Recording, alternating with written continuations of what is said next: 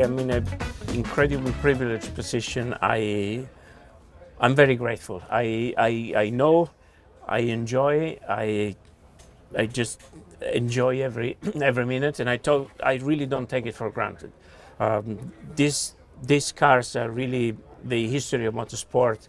These cars are the cars that made people dream about motorsport, motor racing.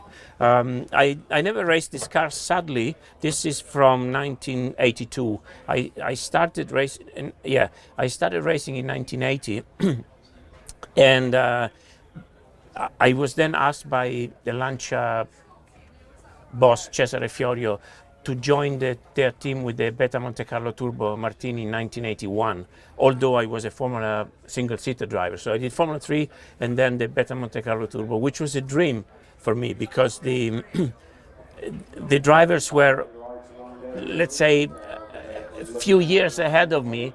The generation of drivers I admired, like Riccardo Patrese, Eddie Cheever, Michele Alboreto, Piercarlo Ghinzani,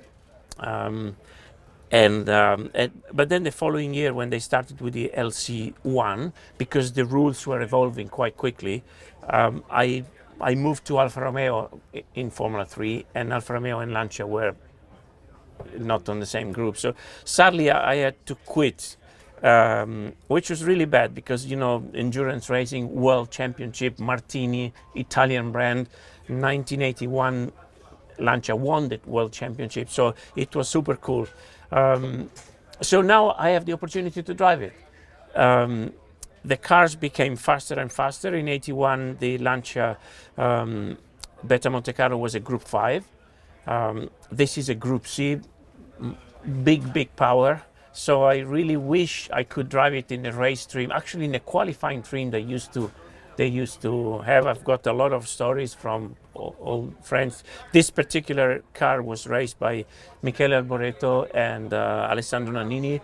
I was teammate of Alessandro with Benetton in F1, teammate with Michele in Audi sports car. So strong memories, big emotions.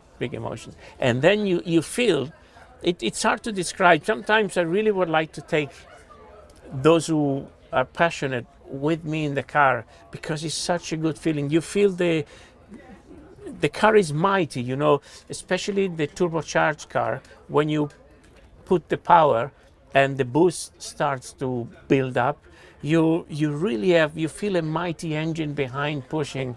It's super cool. You know, going up, I am so careful in driving the car and so concentrated because the road is not super smooth. So you really need to make sure that these cars are gentle animals, but they can become wild very quickly. They can be moody, you know. So going up, I really try to focus on the driving and focus on giving the crowd the best show we can deliver.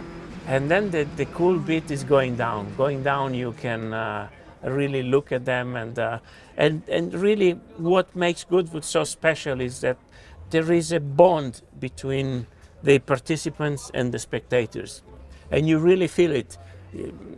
It's almost like you would know everyone by name, and they support you. And including the officials who play a very important role. It's hard to describe, but these are strong feelings that you develop through the years, and so going down the hill, you just perceive and feel it.